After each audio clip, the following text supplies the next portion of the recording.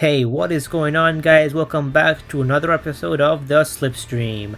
Now, this podcast is coming back, and yeah, today the podcast is going to be on Xenoblade Chronicles 1, or Definitive Edition, as however you might like to call it. And for this podcast, we have three special guests, and their names are Dark Elf, Hello. Soy Sauce, Hey. and Jerry. Yo. And yeah, so without any further ado, let's get started with the podcast. Woohoo!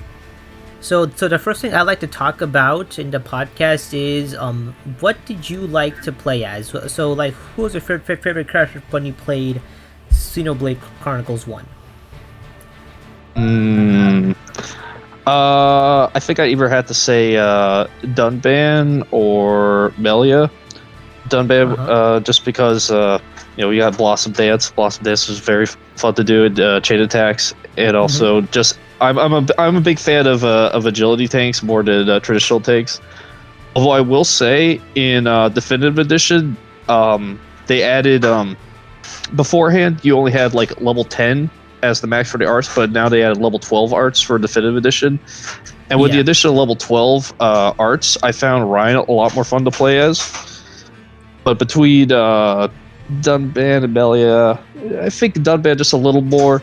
But Melia was fun when I was, just kind of wanted to screw around and I didn't want to, play 100% optimally. I see. I'm gonna have to agree. Go ahead.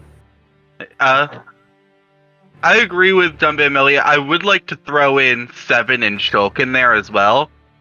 Seven, they are just very fun because they are so customizable compared to all the other party members that you could just really mess around with a bunch of different builds.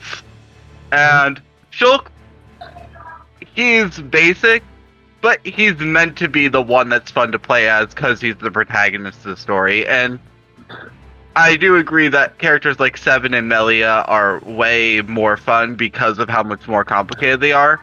There's still just a simple joy to playing Shulk and having control of the mid-auto arts. Yeah, especially when you have all of them unlocked. I would say like Soy Saucy, yeah. that. I definitely liked playing as Dunban. Dunban was fun. Shulk was as well because Shulk. But unpopular opinion, Ricky was kind of fun to play as. I don't actually think knew anyone someone hates playing as Ricky. was gonna say that. I've seen a ton of people who are like, "Oh, I hate playing as Ricky." Yes, You I always can go hear as that. Shulk, Dunban, and Ryan. That's like the best. Yeah, that's best the meta team, but like there's nothing Well, I like reject particular wrong the with meta. Ricky. I reject the I mean, The only it is wrong choice is Charla. Let's be real. This is Yeah. facts. Okay, the you're only playing- wrong choice is Charlotte. Nobody. Yeah. Charlotte. Now- Unless you're doing the now- meme drive boost headshot build, and even still, For me, my favorite one was definitely Shulk. Now, this was because I had really fun doing the what do you call when you move around and then do attack for more damage and stuff. I felt like that was Using very arts like fun to Split Edge and Backslash. Yeah. Yeah, and the thing is that you see whenever everyone says that Shulk, Ryan, and Dunban are the meta, and then I can't stop but thinking about the one of the final boss, which you can't use that at all. And now I'm not gonna spoil, but I'm just saying that there's one boss which you have to change up the strat, and yeah, you can't just use the. I know who you're talking about. Yeah.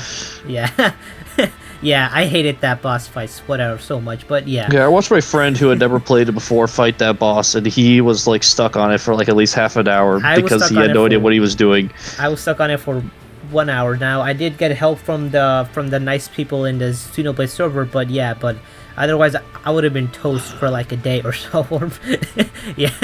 That He was boss in still- general was just poorly handled because it introduced a game mechanic that only exists for that boss fight, and they never tell you about. The fact that the ally enemies in that boss fight boost the boss's defense.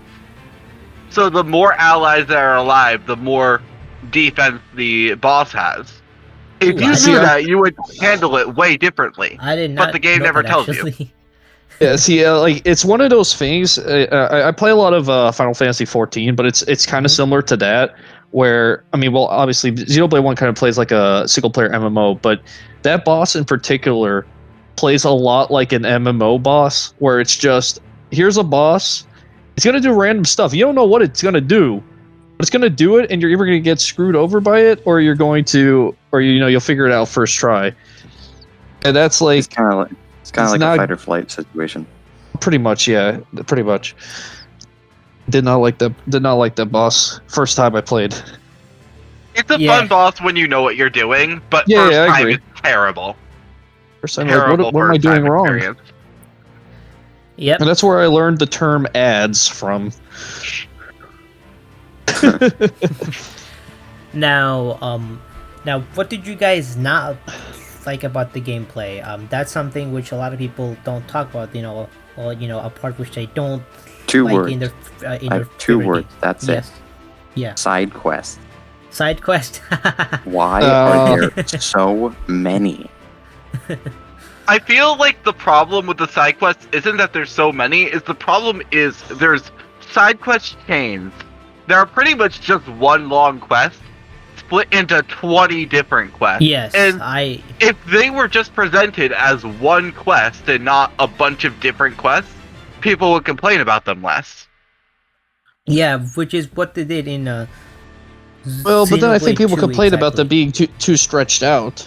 I mean, it's still bad one way or another. I mean, once again, this comes back to the fact that the game plays a lot like an MMO. That is very common in MMOs, where you'll complete a quest, you'll go back to them, you'll complete it, and then they'll be like, oh, I have something else for you. You complete it, you'll come back and they'll be like, oh, I have another thing for you, and then you finally get done with it. So it's more of a flaw of the overall, I guess you get style of the system. game that it's going for. Yeah, the MMO system, I guess. I mean, guys. At the same time, these are side quests, so it does like they are optional. I mean, obviously, like some of them do give you like arts and stuff, and boosts and stuff. But Rarely, I mean, yes, at the but end of the day, they are optional for the story. So like, I think they are optional, but the thing is, enemies don't drop like general enemy fights don't give much EXP, and I'm pretty sure they don't give a dime.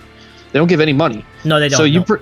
yeah, exactly. So Money is it's also pretty useless in Xenoblade 1 past the because you have so halfway much point. of it. You get so much of it, and enemies will drop better stuff than you can buy at shops. The only thing that's worth buying half the time is specific weapons around the halfway point and art books. That's about it. And even still, you can sometimes find rank 10 art books just lying around. Yeah, but those are so random, it's nice to have the level 7 ones. Yeah. Just as a backup. Another thing that this might be just me, but I felt like the side quests some of them felt samey. Like hey kid, want to go kill some rats for me? I'll give you some money.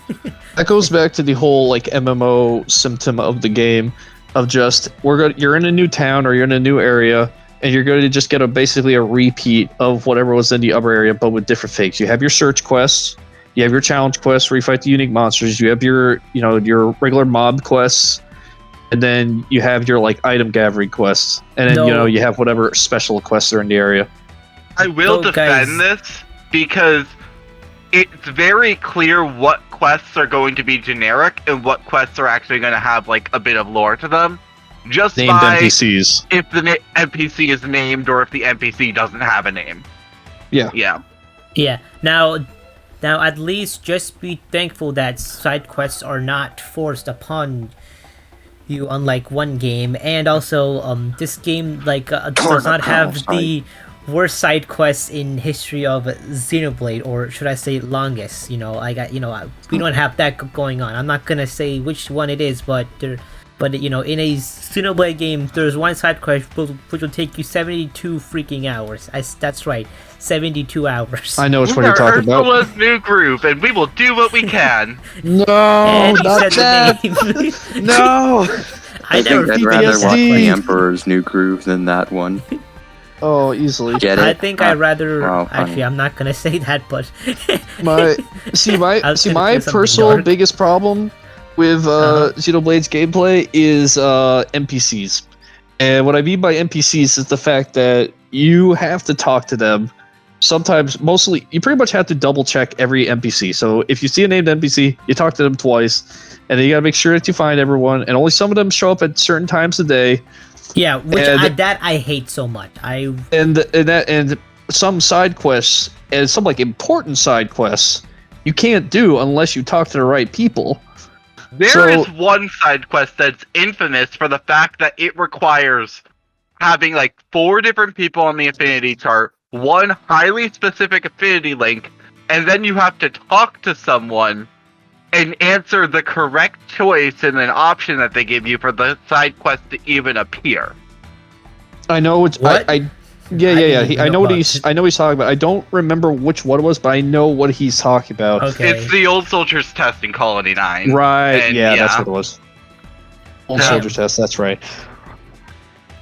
Because you have to say, it's like you have to say that you don't agree, right? You don't agree with. You have to tell Dionysus that Jan is too old for Minnie. Yeah, and there you go. Give the quest. Yeah, that's what it was. So if you're like going in completely blind, you're literally you have basically been giving a 50-50 shot.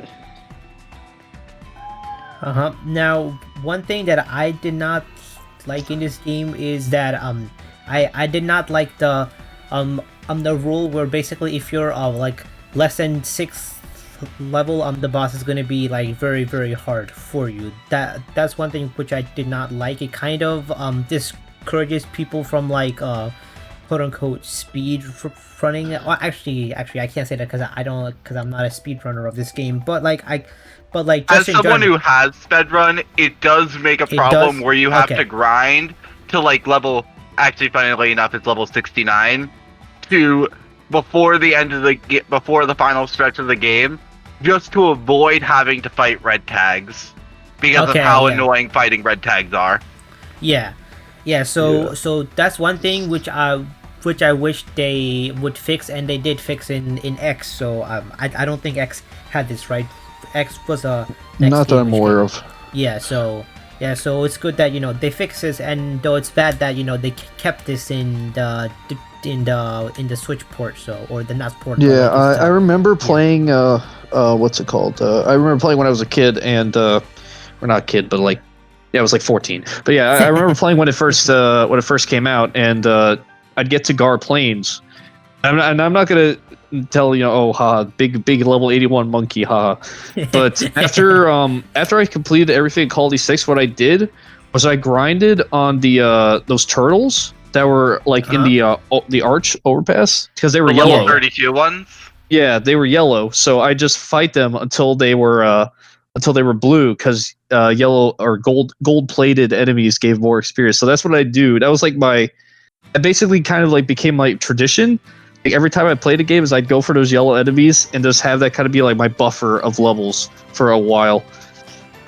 But I agree. The fact that red tags artificially have boosted evasion was kind of a weird choice to make.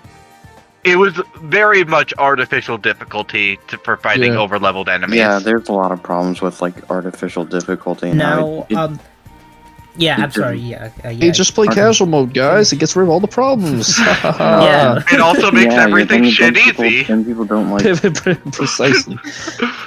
Yeah. So I saw you were saying game journal mode. I'm just saying, like, it's like artificial difficulty.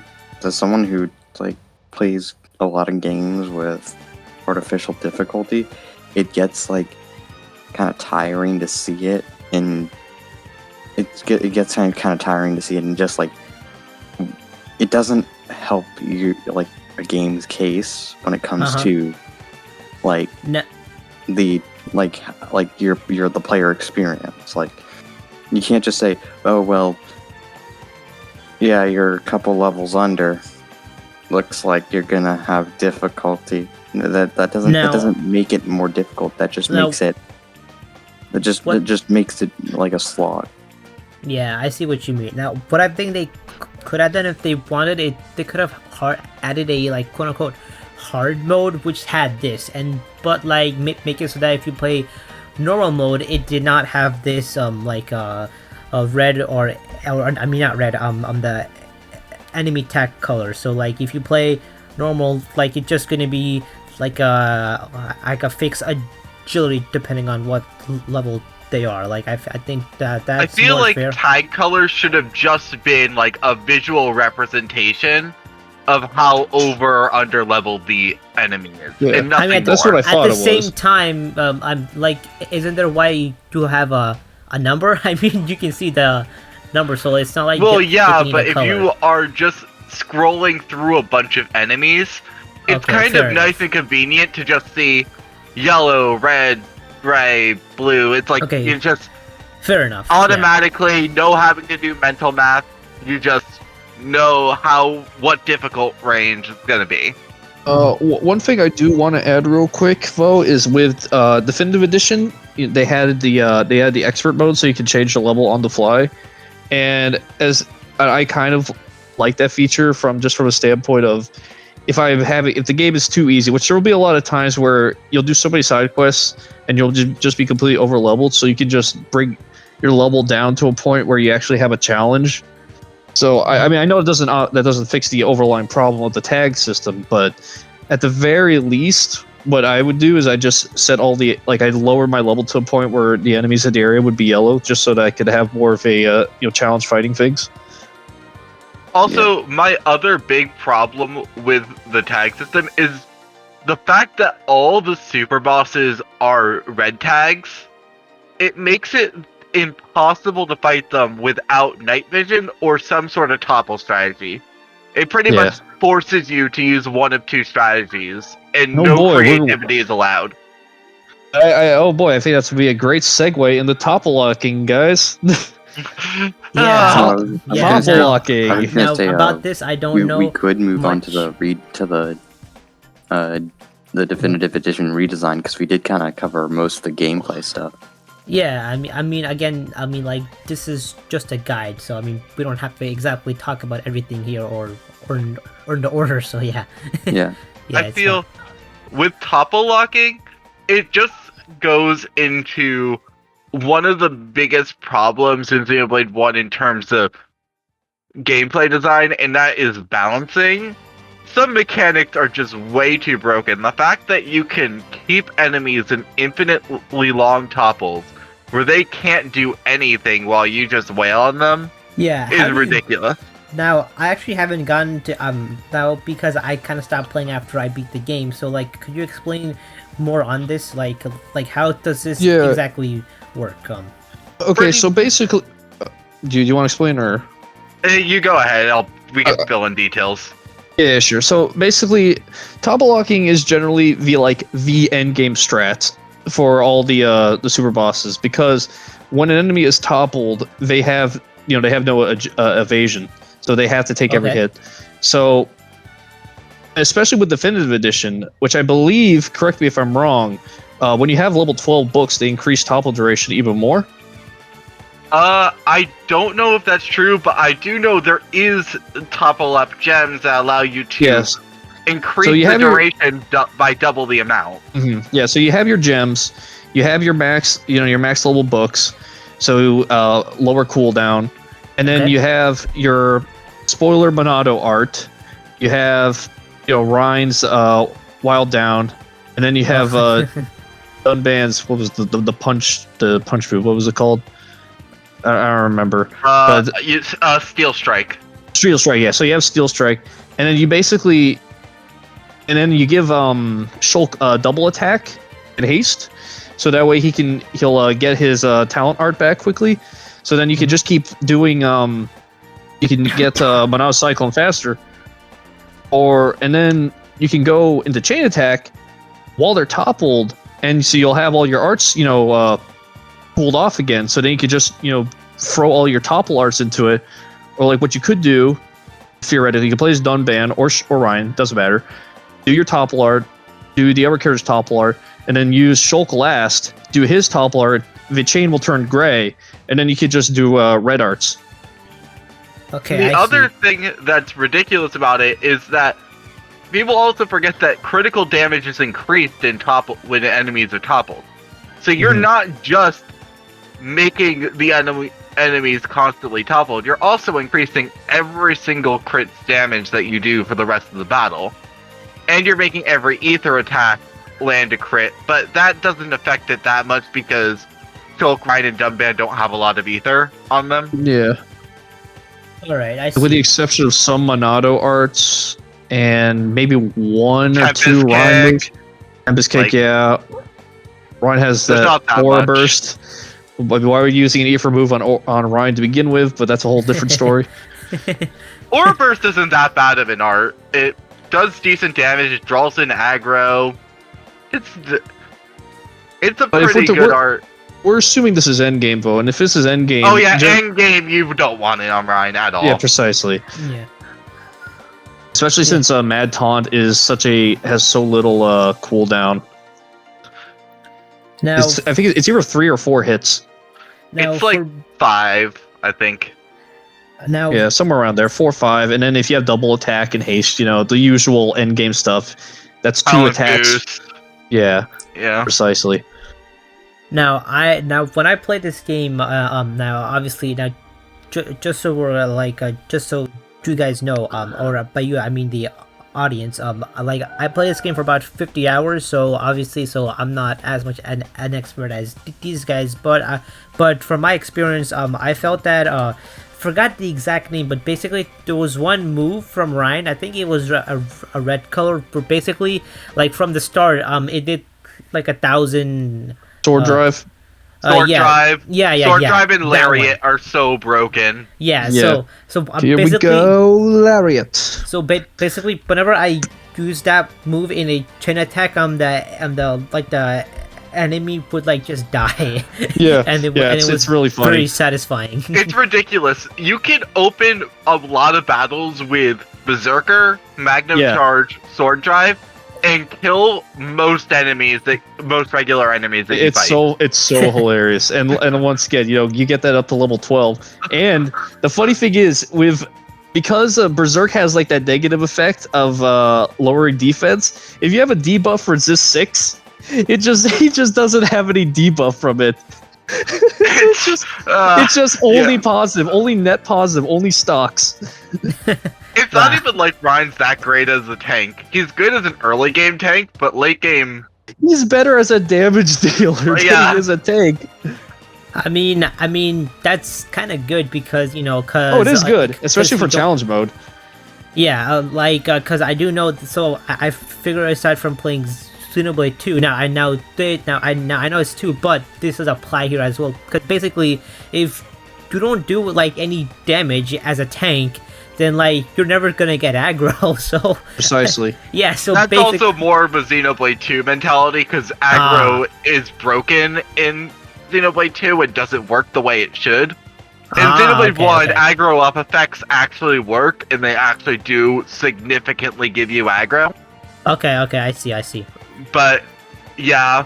But it does help characters like Dunban, who don't have any aggro up capabilities at all. So they really need outside damage of to get their aggro. outside of that one ability he has where he can steal aggro from someone else and give it to him.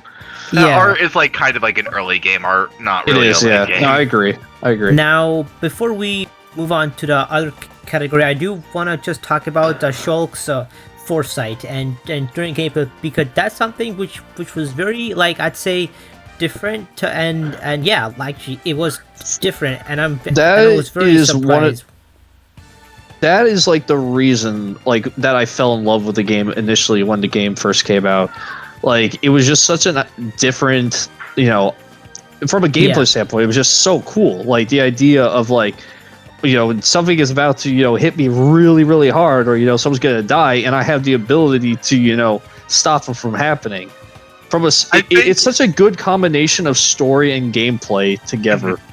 And I think that's what Monolith is so good at in general, is taking their story and not just making story elements part of the story, but integrating story elements into their gameplay.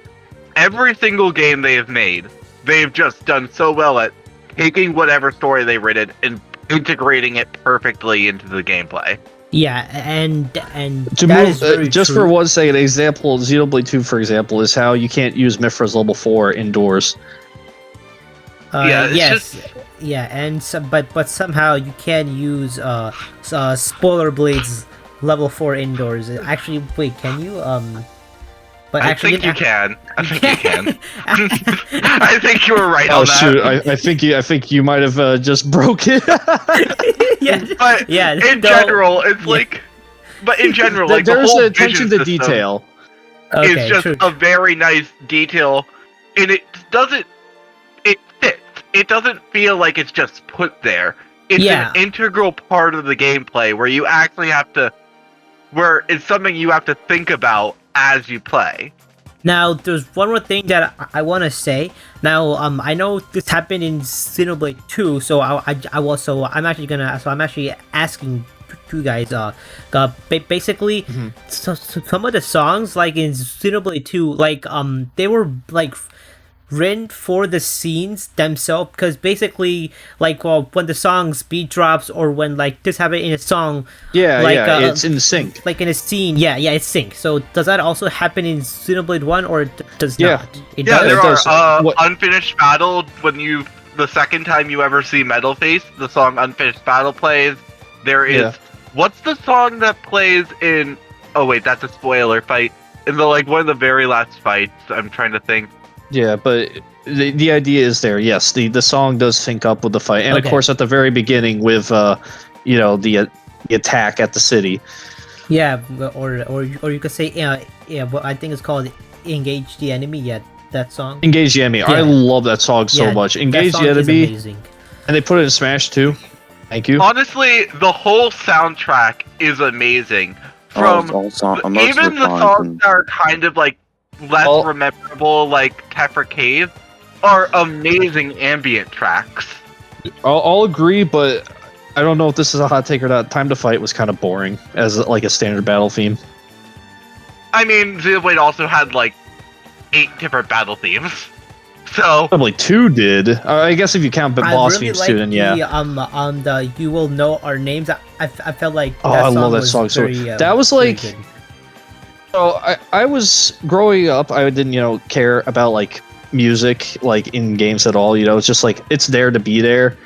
But You Will Know Our Names. When I played Xenoblade for the first time, like damn, this is a banger. Like this is good.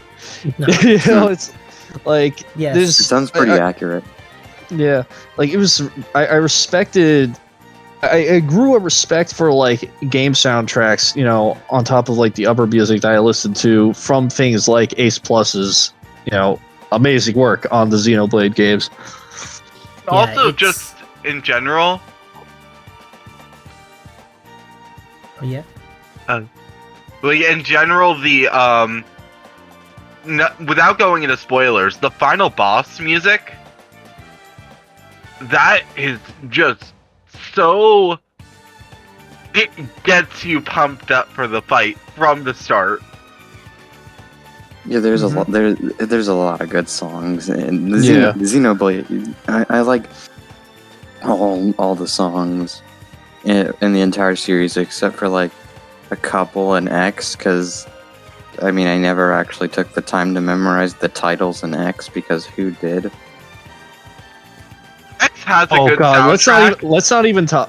Well, actually, let me pull up some of these classic Titles. Xenoblade Chronicles X songs. X has terrible Okay, song titles. Okay, look. X had one good song from my experience, and it was Uncontrollable. I really like that song. Here's the problem with X's soundtrack. It's not that it's bad, it's that the worst of the worst songs are the ones that you hear all the time. Oof. And because I mean, you hear them all the time, that and you you get have a bad taste. that and you get such great song titles such as Z1-5F20I12E09 I mean, I can't tell I14D. if you just slammed your head into your keyboard or if that's real, because That's it's real. probably I real. mean, okay, all right. So in fairness, I do think that the name does fit for the game's theme. You could say. I mean, like, Yes, but no one's gonna care about your soundtrack if people can't look it up. okay, true. All right. Yeah, let me Alright, just so- slam my Like, head what's on the my name of the keyboard. Skell theme? Because the Skell theme Skell had a theme? really... It had, like, a really weird name. I don't know. All these songs start with the letter Z, and then they're just a 1 bunch second. of code. But Skill. then why is it called Xenoblade X? Should be called So the Xenoblade Z. Xenoblade Z. Yeah, Ready? that would sound cooler. Here's the skill theme music. what's- Z29BA2T What? OT1L301 E17. There we go. Yep, That's Okay. one of the skill themes. All right, guys. So I don't mean to cut us off, but I do think that we should move on to another category. So Yeah. so if you guys have any like, I told you this would happen. yeah, no, it's fine, it's fine. Don't. So if you guys have any like last thing to say about gameplay before we move on, say it now. I have one last Yeah, thing. sure. Skill trees. Back how we were talking about story integrated into gameplay. The Mhm. fact that the skill trees are all named after like their personality traits was a nice little touch. Also, the fact that the unlockable skill trees are named after their biggest flaw and their biggest strength is Yes. another really nice touch. Yep. The only other thing I want to add, though, is a couple things about the design changes in DE. Yeah, we didn't even touch on that. The First of all, the character design, I feel it's nice. The characters are very different, and I feel a lot of people brought this up, where the faces are a lot softer than they were Yeah. in the original. And even though they were very grainy in the original, they weren't just upscaled versions of faces. They really No, just they're not. redrew everything. Yes, definitely. Yeah. And again, Go on. I don't think the face changes were a bad thing, but I do think the fact that they whitewashed a lot of the characters in DE made them look a lot paler than what they were in the original game. I don't necessarily know if that would be I would. think Well, that actually, was at least Take with a the look case at of Dixon's Dixon. design. Dixon was I mean, for Dixon it makes sense, especially he's a seasoned traveler. He's going all around the world. That man's gonna get a lot of sunlight in. But you just know? like look at his I think I posted Dixon, the oh images gosh. of his like original guys, art. I think and I his may know. definitive I edition think art. I think that was due to the Wii having like like inferior hardware, so like it was. No, I think it was know that in the hardware had something to do with it. In fact, they have gone on record to say, I don't know if everyone knows this, that the models were made before the art. So they drew based on the models, not the other way around. They didn't make the Oh. models based on the art. So that's Okay. one of the things that people try to say, oh, you don't like the designs in DE? Well, this reason is the reason why you shouldn't think that way, essentially. Because people are like, oh, it's too anime now, and it's like that's what they were That's- originally going for, but the limitations of the Wii and yada yada yada. But like we were saying I would about s- Dixon, character like that would make sense to have a a more tan skin tone. And I do agree that there are a lot of characters that were bleached, or like the game all around it has like a lighter filter to it, I guess you could say. It just felt like a needless change to make everyone paler than what they were in the original game. Yeah. Yeah. I'll say Alright. this though. Yeah. There's that one line at the beginning of the game where Dixon says, Shulk, you're looking kind of pasty, and which doesn't hit at all in the original because he's like as tan as everyone else. That I will agree. But Shulk should be pale. He literally He should. No, I agree. lives in his lab. Yeah, I agree with that. Shulk I is a think that's like nerd. one thing. I'm complimenting D on that one. Yeah. Alrighty. So Soy Saucy, do you have anything to say, or should we move on? I guess. To story. Sure. Yeah. Yeah, we yeah. can move on to like non-story stuff or Or non-spoiler. do we- Yeah, yeah. Alrighty, so let's move on. Alrighty, so now let's move on to the story and non-spoiler section. Now, basically, we're gonna have a spoiler section right after this, so I guess, and this is mainly for those who are watching the podcast who have not finished the game or they haven't played the game at all, and and we want to do something for you guys too. Anyway, so without any further rambling, yeah, let's get started with this part. So, the first thing I want to bring up is basically a lot of people say that Xenoblade 2's the characters don't have any development, and they say that that's why the story is not as good as 2 because of that only. Now, actually, I like to say something on this first. Now, I do agree that the characters, they're not developed as well, but that's not all characters. That's only, I'd say, some characters. While in Xenoblade 2, like, they were all mostly pretty well developed, while in 1 only some of them were, which people may say that. But otherwise, yeah, I don't think the story was bad in 1 at all. I think the story was probably better than 2 in some aspects, but again, some characters were not as well cooked, you could say, which makes the overall experience a little bit worse. Yep. I will say, I disagree with saying that was not a thing in 2, because there are characters in 2 that got shafted so quickly. Morag. Morag, Dromarsh. There's just so many characters in that game. But you can say that that there are less characters that get shafted in 2 than 1. I feel like even the characters who are quote unquote shafted in 1 still become relevant.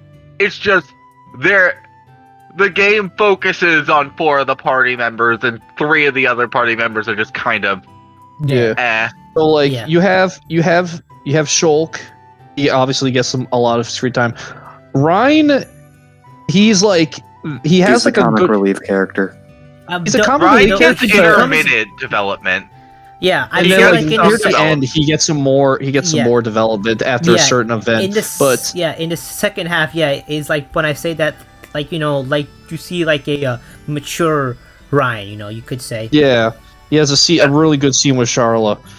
And I also would like to argue that part of Ryan's character development is the fact that he is the comic relief character. It's him dealing with the fact that he's not needed. So is Ricky for too, Shulk I mean. Well, I think Shulk was at the starts as your stereotypical scrawny young kid, Teen boy. and with his quote unquote big brother to watch his back. But Shulk goes through his development to a point where Ryan isn't required to have his back anymore, and he's like, well, shoot, now that I don't have like the one thing that was keeping me relevant, that hurts. Yep. And I feel that is very important to his development, is the fact that he loses relevancy. See, the thing is, here's another thing. Just a little personal side note, but I'm not a fan of comic relief characters in pretty much like any form of media. Okay. But Ryan, I've loved Ryan. I think that Ryan had like was a good mix of like he had his moments of like maturity, and then he also had his silly moments, but it was a believable amount of silliness, a little bit of a jokester, but nothing to like a point of like full on stupidity, if you get me. But he feels more. I'm gonna pull like a Xenoblade 1 and 2 comparison right here. Okay. But like, I feel he feels like more of a comic relief character than say Zeke or Tora. That's even considering you consider Tora as a comic relief character. Kind of is he? Tora, I mean, Tora is like he's comic relief, and then he stops being relevant, and then in side quests he's comic relief again. Yeah, Tora. Zeke is kind of the comic relief, but speaking of Tora, I feel like people always treat Ricky like he's the comic relief character because he's the Nopod, and I feel that. And again, I agree. I don't think that's true just because he's a Nopod. His first cutscene is comic relief. Yeah. His first cutscene is definitely comic relief. But he is a ball. He is a very empathetic character.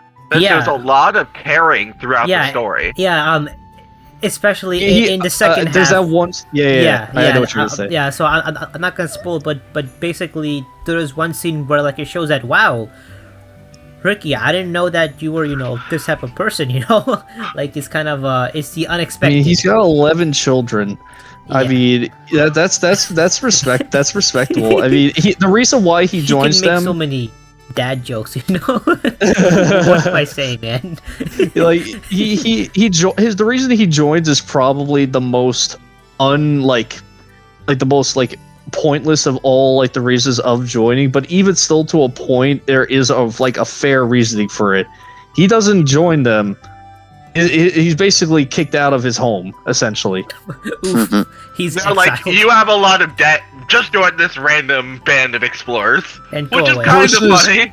Versus 2, where Tora is just there because, oh, I'm not able to become driver, so Well, actually, I will Hey, look Tora up did to Rex, join because Rex, because give me they help. wanted to save what do you call Nia from because she was kidnapped Yeah, but he has no reason to continue, is what I'm saying.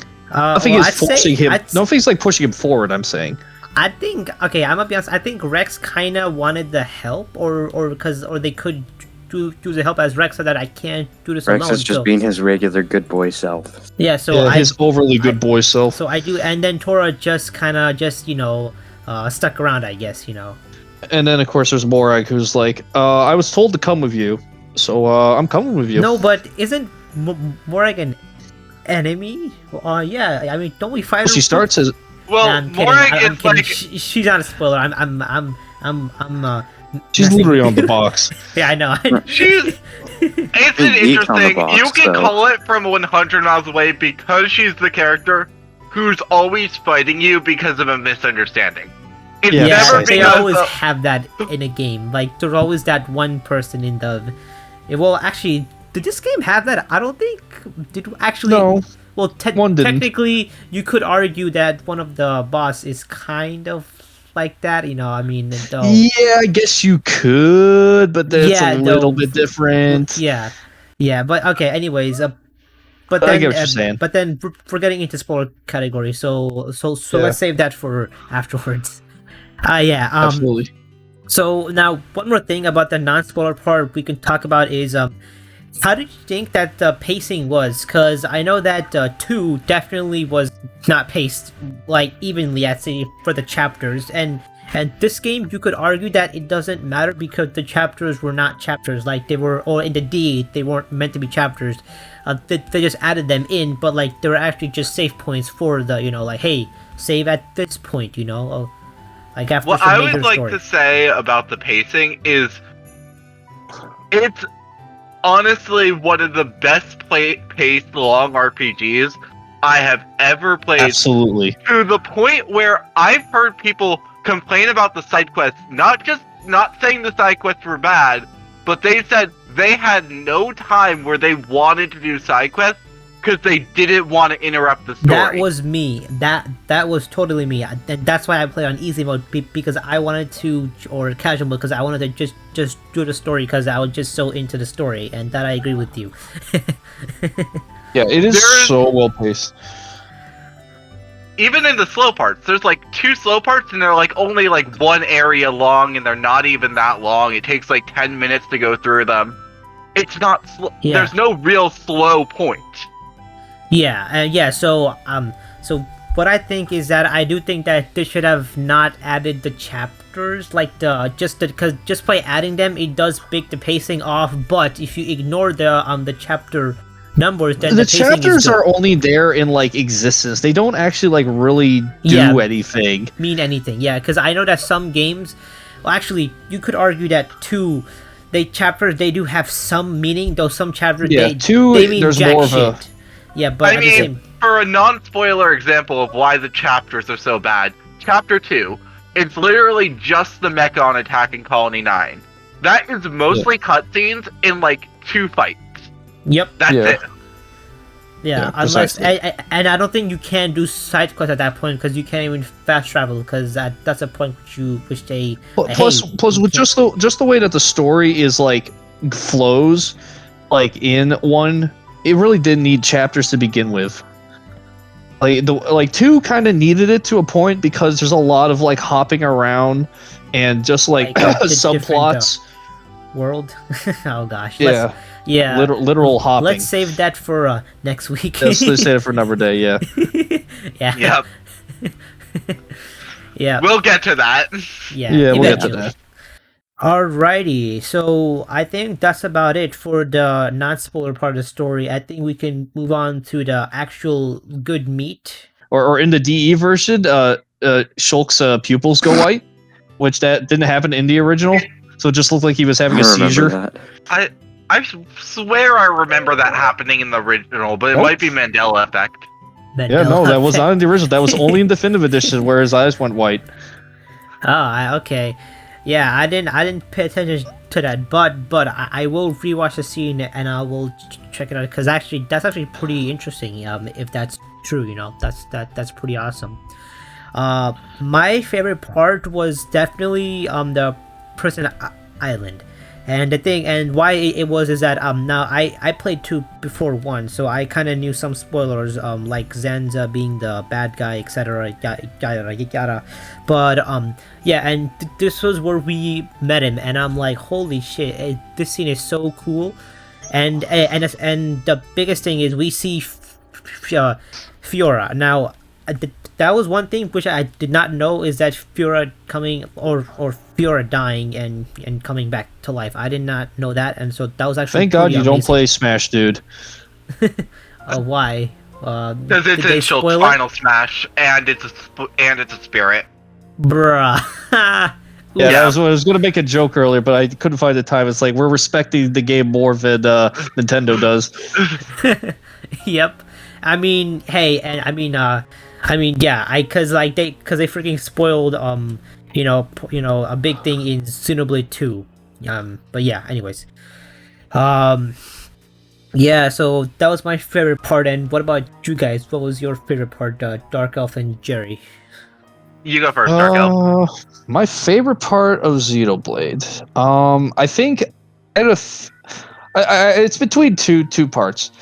My first would be of Valak Mountain, where Mumkar basically taunts Dunban to a point of like absolute rage. Because Dunban for the entirety, or pretty much the entirety of the game, he's the calm, cool, and collected one.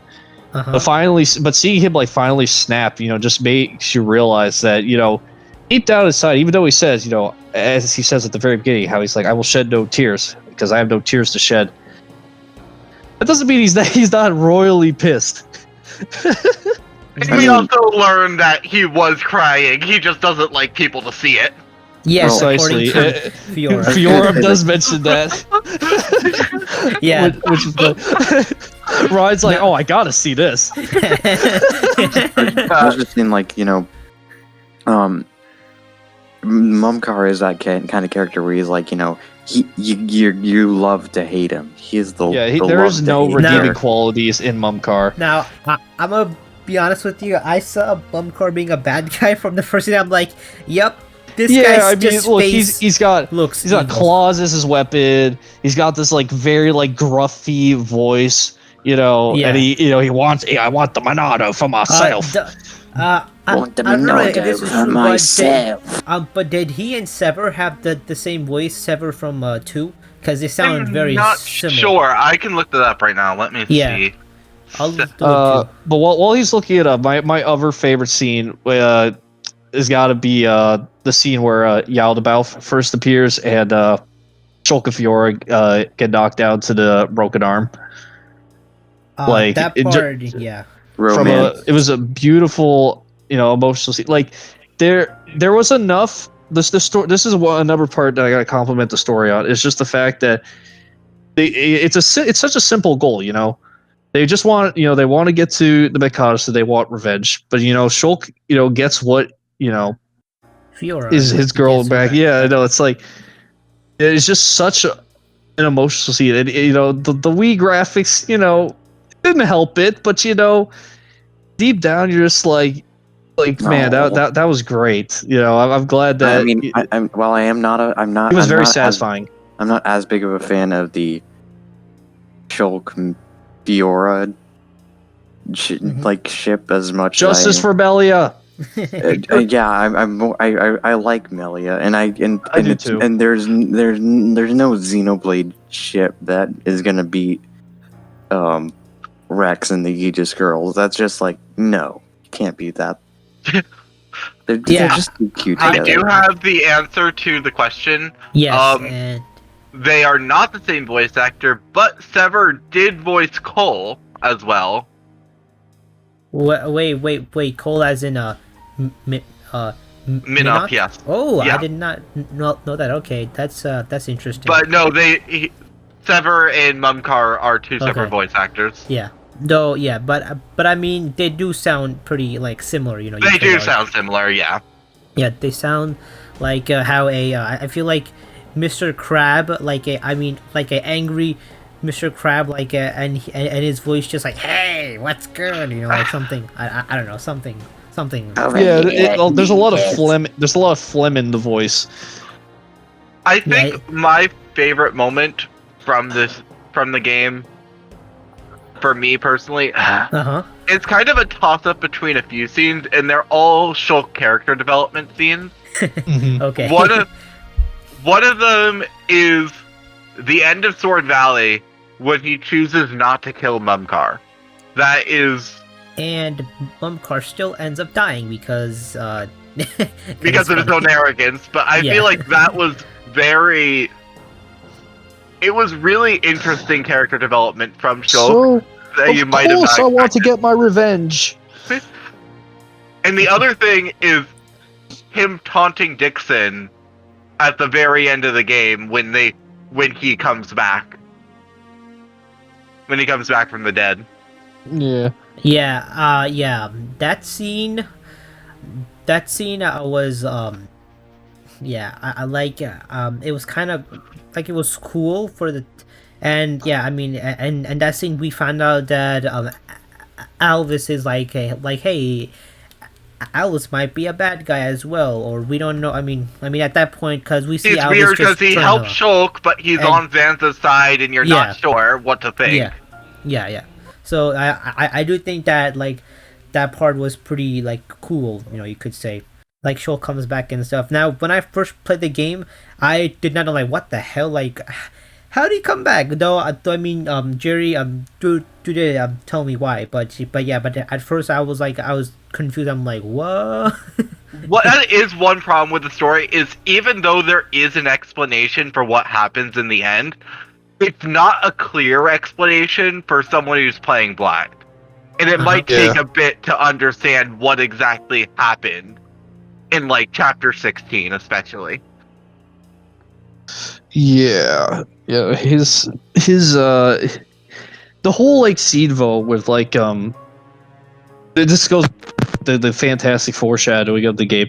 Completely what feels like a throwaway line at the beginning when Shulk just says, "In my head, there are two versions of me." Oh yeah.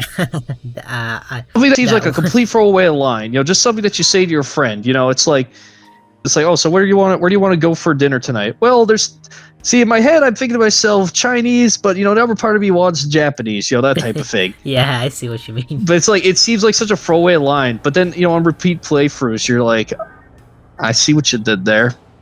I see what you did there. They even like joke about it just being Ryan getting to Shulk's head. I love. They. That's another part. It's just they turn into. Oh, it's probably me talking to you in there. It's like, yeah, it's a bit of a loudmouth. Yeah, and that was excellent foreshadowing by them. Though actually, I want to quickly just talk about the foreshadowing for just a second. Though Absolutely. The one thing that which was I'd say a little forced upon foreshadowing was when Dixon says, I'd hate to I hate keeping secrets from the kid or something like that. Yeah, and I'm like, okay, you're a bad guy. I'm like, okay. Yeah, I feel Dixon being bad was not a surprise, but I like how it was ambiguous what he was planning. It wasn't like a surprise. It was just more of a matter of we don't know when he's going to, you know, shoot you in the back, quite literally. Yeah. Soy sauce, yeah. Yeah, I just like the surprise of like what's gonna happen. Like it just being like, oh yeah, well, bet you didn't guess this was gonna happen. Oh, if we want to talk about great foreshadowing, Alkaboth, the tomb, and how you know they basically are like to praise Melia for being a half breed, and if for no reason talking about how much gene integration was in her body and stuff like that. And they're like, this is great, and she's like, why is it great? Oh, we're not going to tell you. Yeah. Well, she was kind of cut short by Tyrea. Yeah, actually, think about it, like even Tyra could have been the leader, and though I mean she was though Tyra thought that she was a full not she was a full high NTA. I mean that's not true, but but We then, didn't know that she was a quarter Homs at that point. yeah, I'm that came to a surprise because I'm like, what? I just think it's funny though, it's kind of how ironic. how well hidden it is, just how it's like, well, they're all like, proud of being, purebred and all this, and then at the end of the day, it's the purebreds who get screwed over. Just the idea though that essentially the Entia or the Telethia particularly, they're essentially just the blood cells of the Bionis, What's to give them life.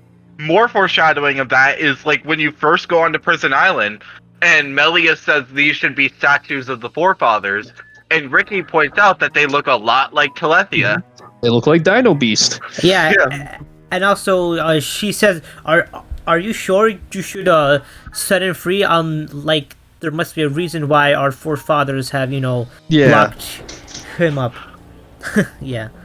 Also, about that, I found it to be like, did the king know that this was gonna happen? Like, that's why he wanted a. He did know it was gonna happen. Because Elvis showed him the vision of him Yeah, he was dying the on seer. Prison Island. Well, no, no, because like he chose his half-ham daughter to be the next Oh yeah, no, they know. I mean, that's why the tomb, or like the computer in the tomb, basically says, hey, this is great that you're, showing so much genetic diversion. Yeah, they knew. Callian knew. They all knew. They just wanted to. They didn't want to burden Melia, so they tried to keep it secret from her. Oh, okay. So not telling her the truth. So it was meant to be a secret from us and Melia, like as a whole. Okay, I see what you mean. Okay. So about Alice being the third, the core of the Trinity processor, or as some people say, a quote-unquote Aegis. I do think that's actually like pretty freaking awesome. And now even though for me I played 2 first, so like this was kind of a spoiler for me already. I mean, I was still hyped, man. I mean, so like I think it was amazing that they did this. Yeah, it was. I just remember when 2 first came out, and everyone was just theory after theory about either Morpha or the third Aegis, and it's like, oh, Alvis is probably the third Aegis, but we didn't have any confirmation of it, and then we saw the trailer for Definitive Edition showed him with the crystal, and it was like just a collective just being like moment, just like, yo, let's go. No, actually, you go ahead, Balto. Yeah, actually, so this is a quick question about 2. So when 2 came out, what did people think that 2 was like in connection of 1? Just before. I didn't think there was any connection at all. No. What happened Not at all? was Monolith actually really subverted expectations by saying that 2 was not in the same universe as 1. Trying to say it is true, but it literally wasn't in the same universe. But it makes you think they're separate stories when they really weren't. X completely destroyed any thought I would have of it being like a direct sequel. Okay, all right, understandable. So I'm a very analytical guy. I saw the trailers. I'm like, I see nothing 1 related in here at all, except maybe some enemy types, but that doesn't really beat anything. So I'm just gonna assume that it's just another Xeno game that has the Blade name on it. Yeah. And then obviously there was a scene at the end of Xenoblade 2 where a certain someone, said that he didn't want to live in a world with gods. And it was like 3 a.m. when I beat the game, and I was just yelling, holy shit. They're connected. You probably saw that in either chapter 7, and you saw it at the chapter 10's There's stuff in chapter 7 and there's stuff in chapter 10 where you're like, wait, isn't that from Xenoblade 1? Yeah. Wait. Also, also Malos's sword. Malos he uses definitely tells Monado you, arts. Monado armor. Like he tells you Yeah. that of what his sword is. Like so you know that. But Hey, you that's- see, yeah, one of the things that I feel specifically is Xenoblade 2 is examples of not all retcons are automatically bad. We can say there is no arguing that Elvis being an Aegis is 100% a retcon, but it adds a layer of depth about the nature of Elvis that adds to Xenoblade 1 story instead of subtracting It doesn't. from Yeah, it doesn't. Yeah, exactly. It doesn't really subtract anything from it. The fact that he is an Aegis, like, it doesn't really hurt the overall story in any way. It only really That adds could actually add to it. precisely. Hmm? That's why no one had a problem with theorizing that he was an Aegis. You know. Because it wouldn't take away. It would in fact show that they both of them are connected. yeah. Rather Now, than- Yeah, even Now, more we connected should than be- just the link of claws.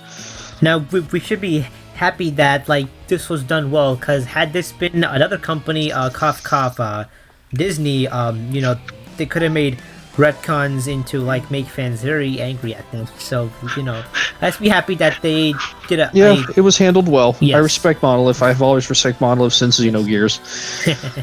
nice. They just have a really good way of storytelling, and even if you don't like all of their gameplays, because their gameplay is a bit controversial with some of their Saga games. 2.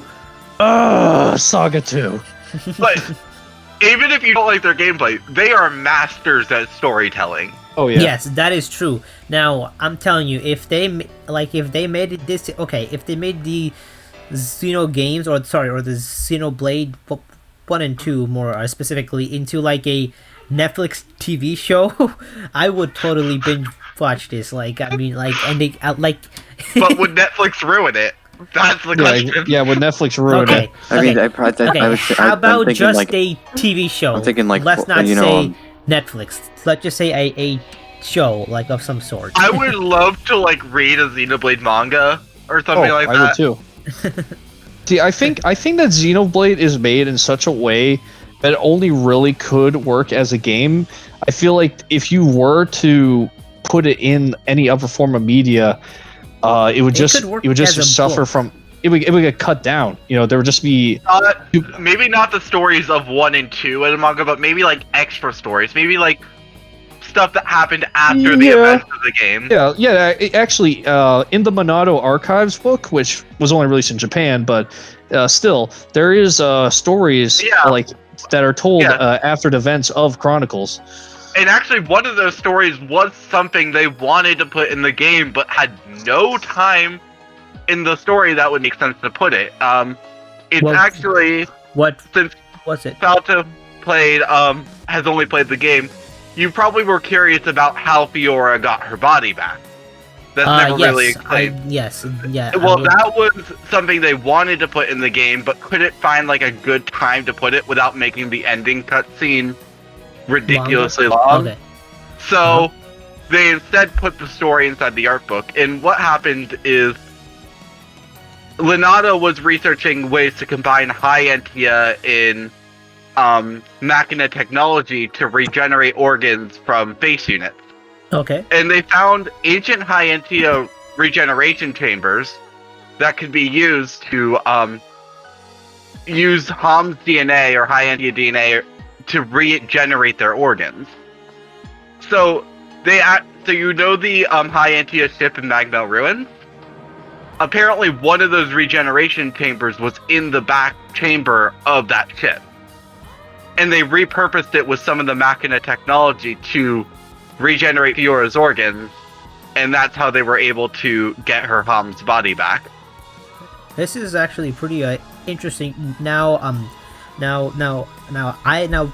what I assumed happened before I knew about this, which is right now, is that so I think the person that Egil's sister, I think, or what's her name? I forgot. Naya.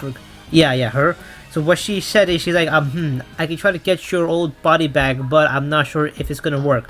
So I just assumed that it did work and she got it back. I'm like, okay, yeah, cool. It did work, but it's just it's never explained. Yeah. I just assumed that it was a simple answer. Oh, by simple I mean, oh yeah, it worked. I didn't know that there was this much lore to it. Again, they wanted to put that specifically in the game, but couldn't find a good time to. Yeah. Which makes sense. It would have made the ending cutscene ridiculously long if they added that. Obviously. Alright, so now before we talk about FC, there's one more thing we can talk about, which is on Egil as a foil to Shulk. What do you guys have to say on that? I think it's probably one of the most important character relationship to the story. Because when you think about the story, there's a lot of character dynamics, but nothing is emphasized. There's nothing that's more emphasized throughout the second half of the story than how similar Egil is to Shulk. And the fact is, they are practically the same character with the same struggles if you look deep enough into what they both went through. The only difference is Fiora ended up being alive, and Shulk's drive for revenge was lost with it. Well, Egil, instead of the situation with Arglass being dead forever. Yeah, Arglass was going to coming back. His people were never coming back. Egil never lost his drive for revenge because there was no bringing back the people he lost. Mm-hmm. And I think it's a very interesting story about how Shulk was the only one to make Egil see reason, because he's the only one who had the same pain as Egil. He was able to sympathize with him. Yeah, though I felt really bad for Egil, and I'm like, oh man, this guy's gonna die. I mean, because obviously, because he had a rough life. Yeah, I mean, at the same, you could say that about the Xenoblade 2 villains too. Like before they die, like they make you sympathize for them, like the Torna guys, like Mikhail. Actually, that guy did not die. Which he did die, but New Game Plus said he didn't. But New Game Plus should not be taken as canon. Yeah, precisely. Yeah. Though, let's save that for next time. But basically, yeah. So that I low-key do not like it, but at high-key I like it because it makes you sympathize for the bad guy, but at the same time, like, it makes me sad, and I don't want to be sad, I feel like Xenoblade 1 does it better than Xenoblade 2, though. I sympathized for a lot of the Xenoblade 2 villains, but I didn't feel as bad for them as I did for Egil. Okay, Egil is like that. That I can agree with. It's like the villain that he really isn't a villain. He's not. You realize like pretty quickly that he isn't the real villain. He is justified in what he does. Because like I remember early on, I was like, wait, this isn't right. Right? I'm like, why are we fighting? Why are we fighting them if Fiora's alive?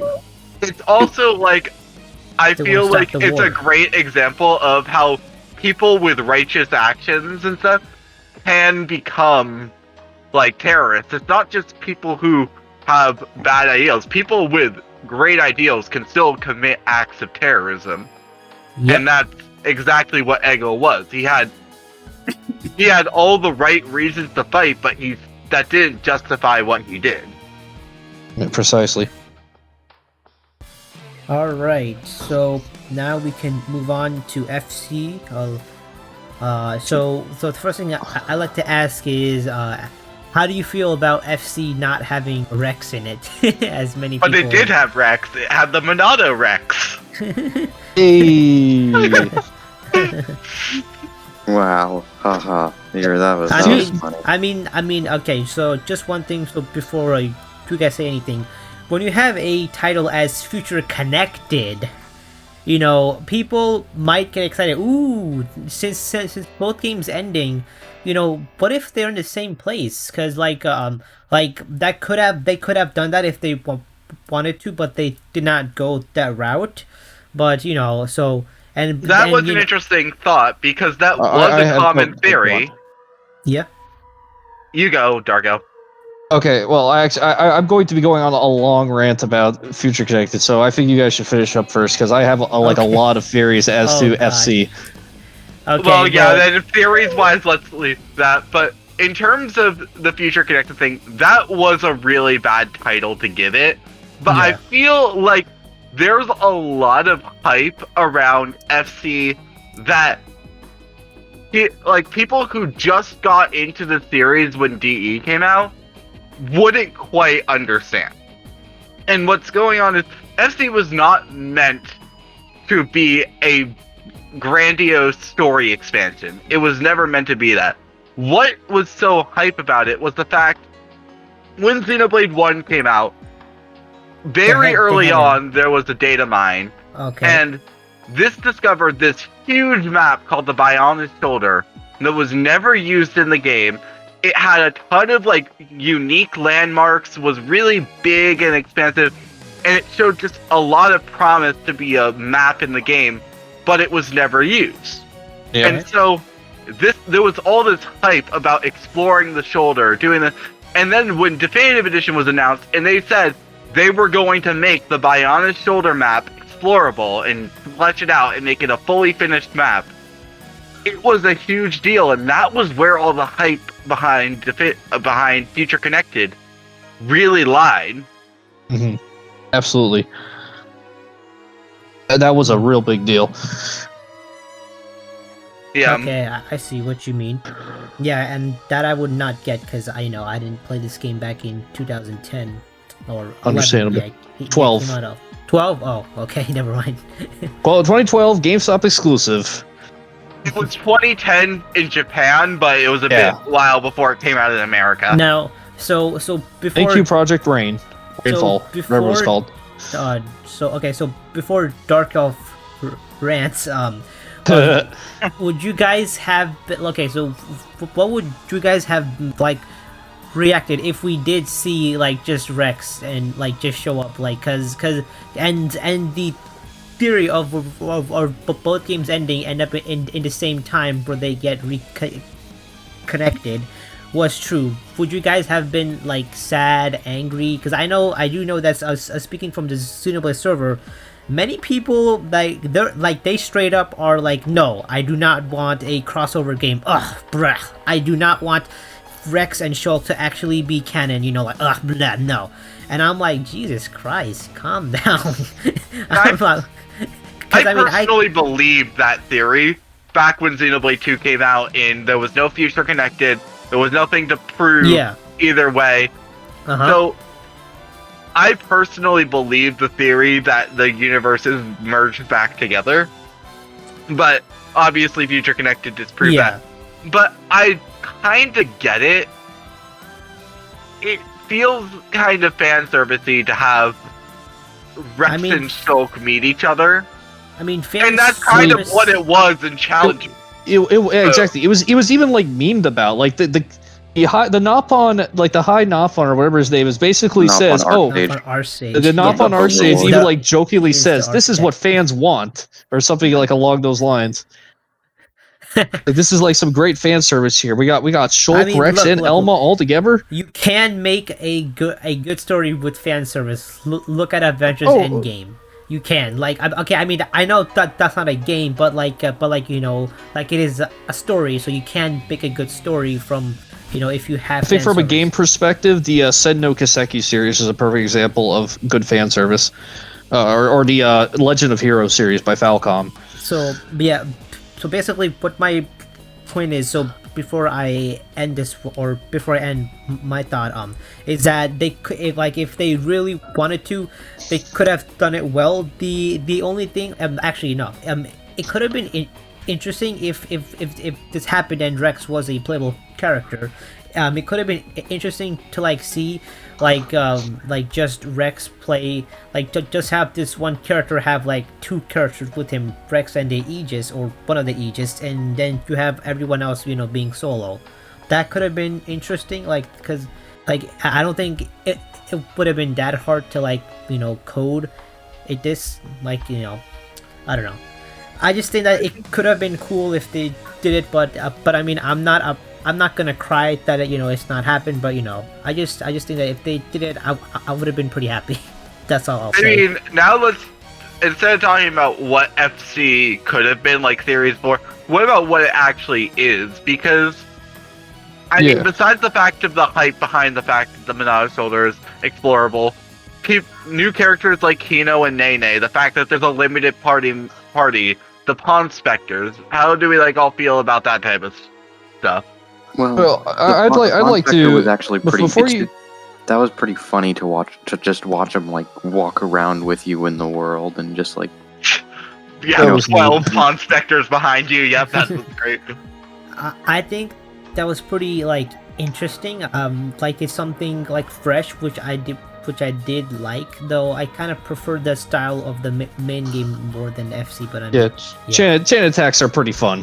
Yeah, honestly, but.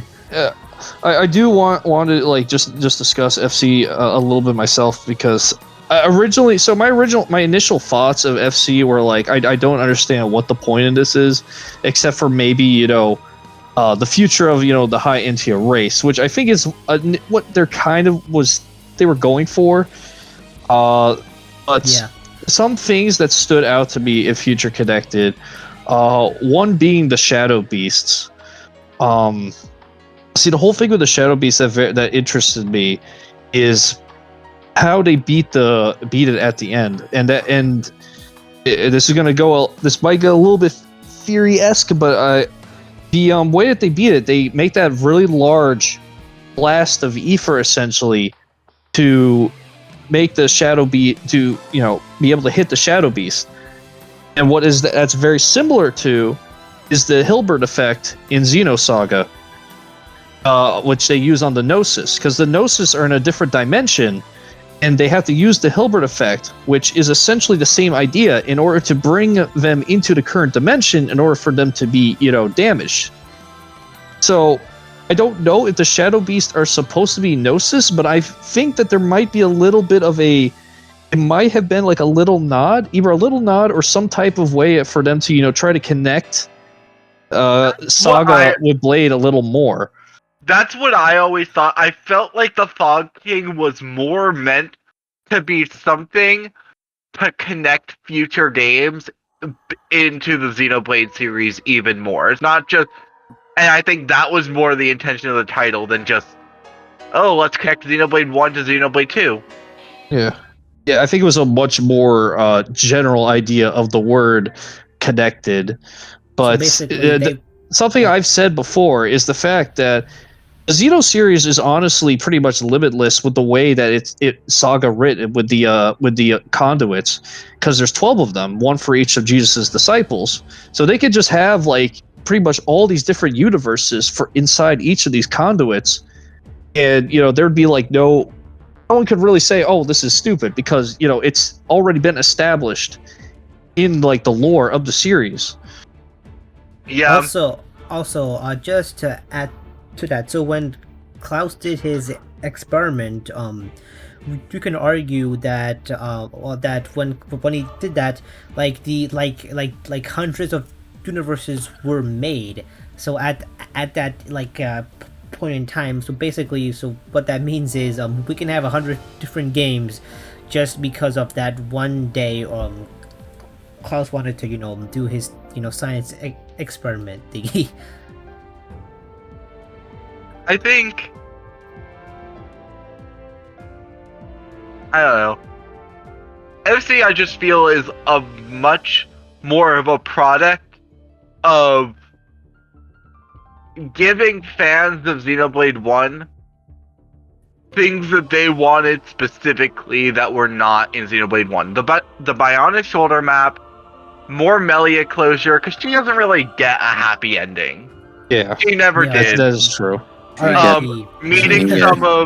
Meeting some of Ricky's kids, it was just some of the things that Xenoblade 1 fans wanted but never got, and they kind of just thrown it into a special extra story at the end. Yeah. You have your Xenoblade 1 fan service stew. Yeah. All right. So what was your rant, Dark Elf. Well, that was Think my that rant. Was the saga? Was my belief that it is a connection to Saga? Oh! I thought you were gonna like hate on FC. I'm like, Oh, no, okay. no, no, no, Oh, no, never no, mind. no. A rant isn't necessarily a negative rant. Okay, I mean, if okay. my one critique of Saga of Future Connected is the quote unquote villain. I don't remember his name, but just that Entia, Gelgar? yeah, Galgar. What was the point of him? He was such a Saturday morning cartoon villain compared to like every character in the series. And I In order was to like, finish his like arc, you need to do side quests. you do need to do a side quest, and he commits suicide. It's like Oof. okay, I do have a couple of complaints about FC.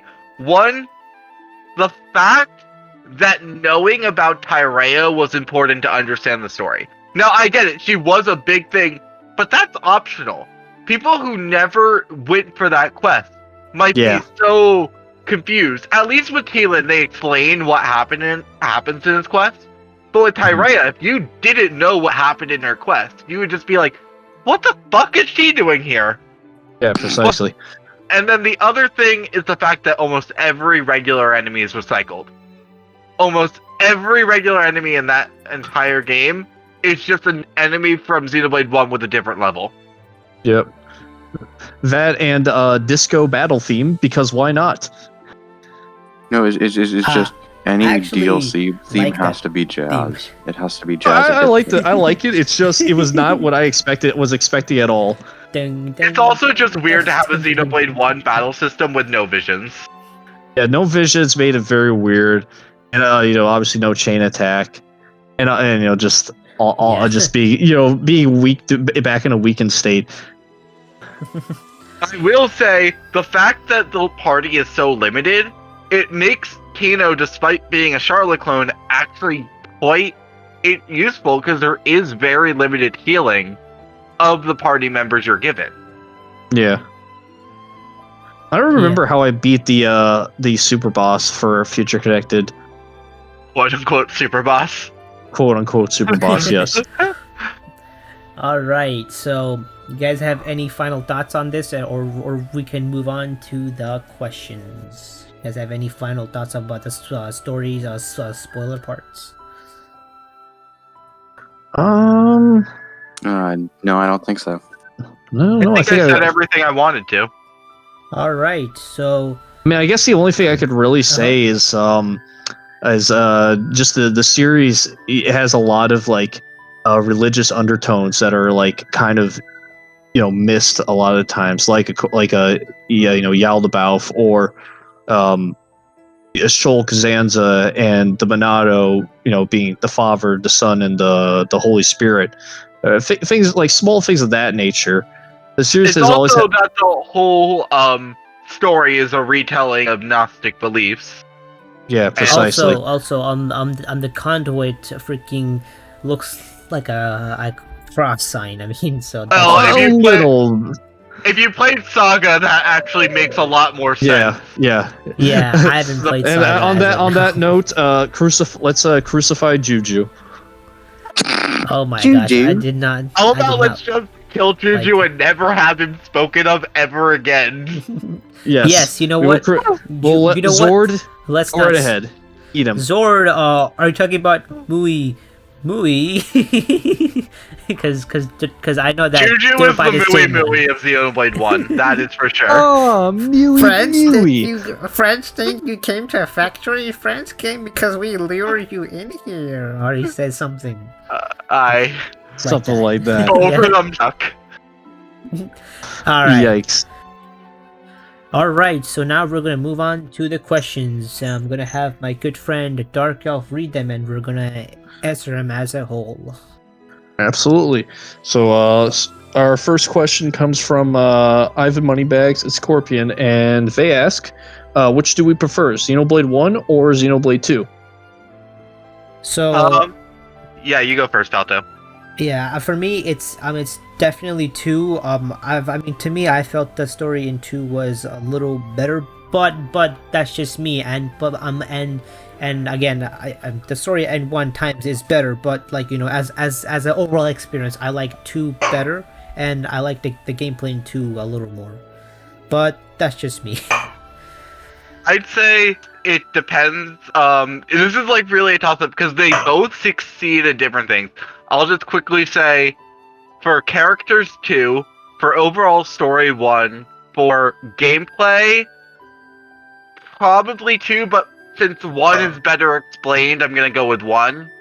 Polished 1, and just for overall experience, I'd say both of them are equal. And what about you, soy sauce? I prefer 2 because I just like 2 better. Everything, mainly characters are better in 2. Story's about only a little bit better in 2. But I'm not saying that 1's bad by any means. Yeah, same here. I'm just saying 1's great, but 2's a bit better in my opinion. All right, and what about you, Dark Elf? I think I've made this pretty obvious, but I think 1 is better. Obviously, I'm not saying that 2 is bad, but I also think that it also kind of stems from whichever was your starting game. Yes, Like I do agree. I started with 1, and I had played 1 over and over and over again for years before 2 came out. So I was able to grow that connection to the game. But I think that. I think that 2 like we discussed this earlier, but it struggles in pacing.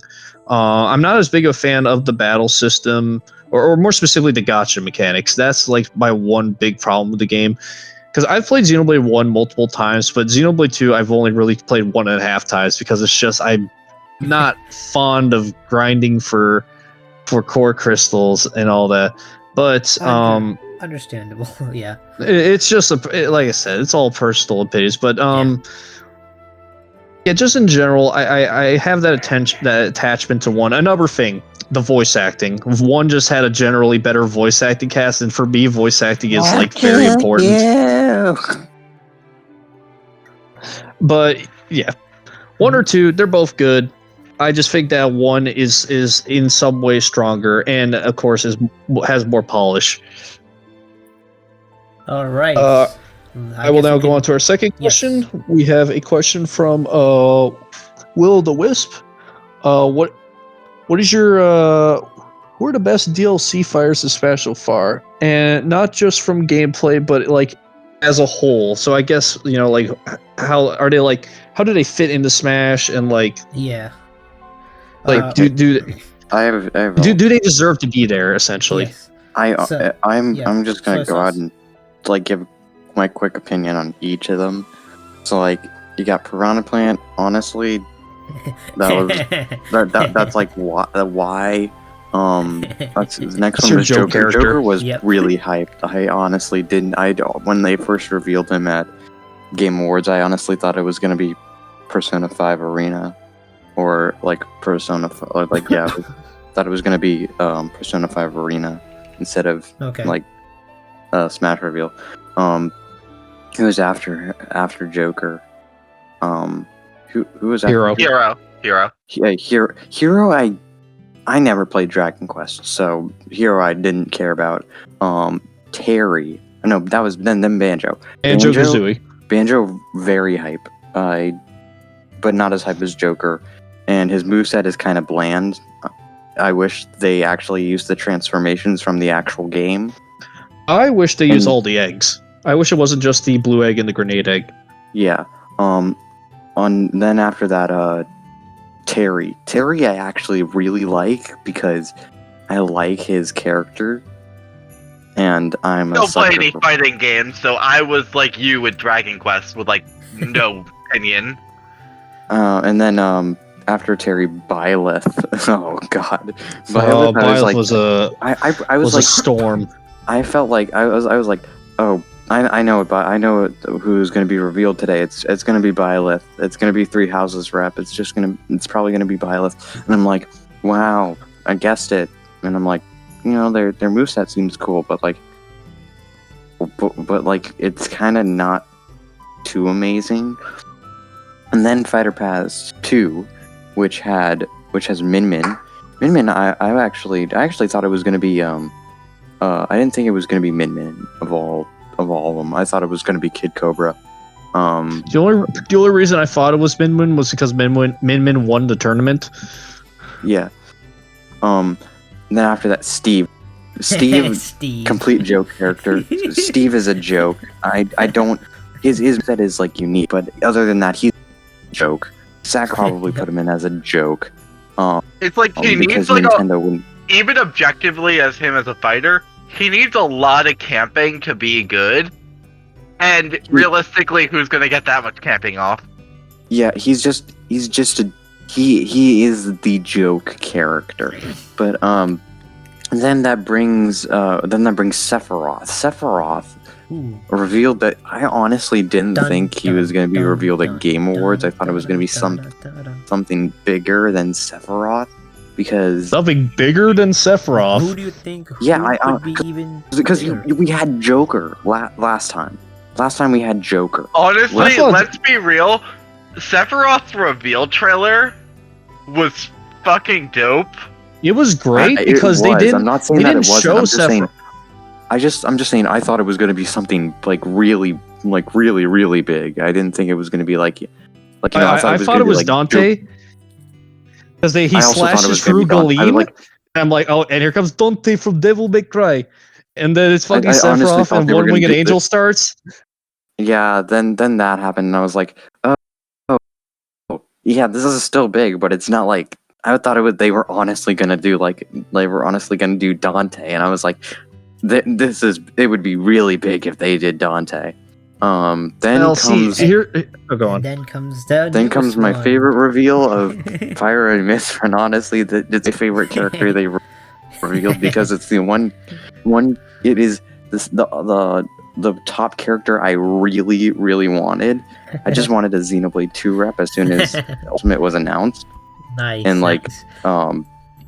and I was just like, they need a Xenoblade 2. I was like, they should add Rex, where you can switch between Pyro and Myth, and they can do like how in Torna where you switch between the driver and fighting, and you gain different moveset, and then I'm like, and then you get like the meter and it charges up spoiler, and then you get super powered moves with spoiler. But then I'm like, no, I think they're just gonna put in Pyre and Myth. I don't think they're gonna put in Rex. Then I'm like, I also just appreciate another character switch, like a character that you switch between multiple, because they did that with Zelda and Sheik and Brawl, but then they got rid of that.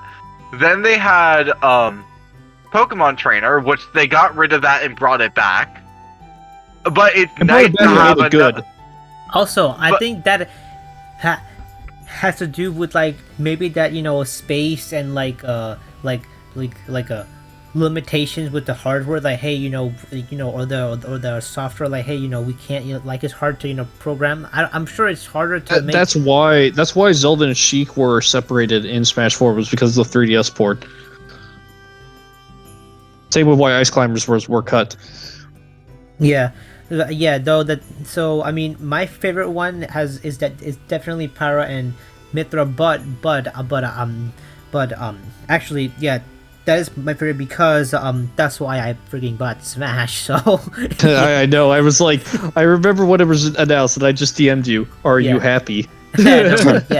But I do want to. But I do have I do think that Sephiroth seems like a cool guy because he reminds me of Jin, and Jin was a very good guy. Same artist. Good guy. Same artist, and they're like twins pretty much, or just sort of. If Sephiroth wasn't a DLC character, he should have been Jin's Spirit Battle. The funny thing is, in the Japanese version, Jin and Cloud Shin. share the same voice actor. Oh. Yeah, Shin and Cloud share the same voice actor. Okay, I did not know that. That's quite interesting. And because of that, I want to play Final Fantasy VII Remake, and hopefully that comes to either Xbox or PC soon. I mean, I don't know if it is, but it might. I don't know. We'll see. Maybe it will. We'll see Yeah. what happens. But my opinions on the DLC fighters is Piranha Plant, Joke.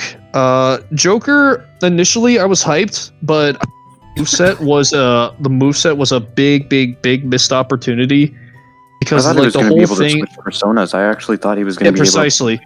Like I thought maybe maybe use like well, I thought you were going to be able to use the main character's personas, but I'm like, because you are the wild card and you can Well, use different. Yeah, see, the thing is, it's like I'm also a really big Megami Tensei guy. Like, I have like all the Jack Frost merch. I have like a few Megami Tensei figures, a few Persona figures and games. But my point being is the whole thing of the whole Megami Tensei series as a whole is the demons, and to have Joker be here with only Arsene, not even like what I was hoping they'd do is no, but that's a spoiler. What I was hoping they would do is his different specials would be different personas. Like maybe his side B could be like Buffa or Bufula from Jack Frost, or yes, and then maybe you could have a counter from Valkyrie or something like that. It doesn't matter or, like what particular one is. Probably do like what was it pirate? Like maybe do your up special be like you jump and you leave fire below for like Pyro Jack or something. Yeah, like or Augie Dine or something like that. But yeah, I feel like it was a big missed opportunity. So even though the character is like good competitively, I think it's a disappointment from a series representation standpoint. There's not a single, demon in either a spirit or on the stage. It's only via Arsene, and I thought that was a master opportunity. Meanwhile, Hero is the definition of representation done too good. He has all the moves from Dragon Quest. He has crit chances like in Dragon Quest. It's and a magic and like an MP bar like in Dragon Quest. I don't understand why they gave him a crit chance. Like, just to be like, tons of games represented in Smash have crit chances, but the characters themselves are given a crit chance.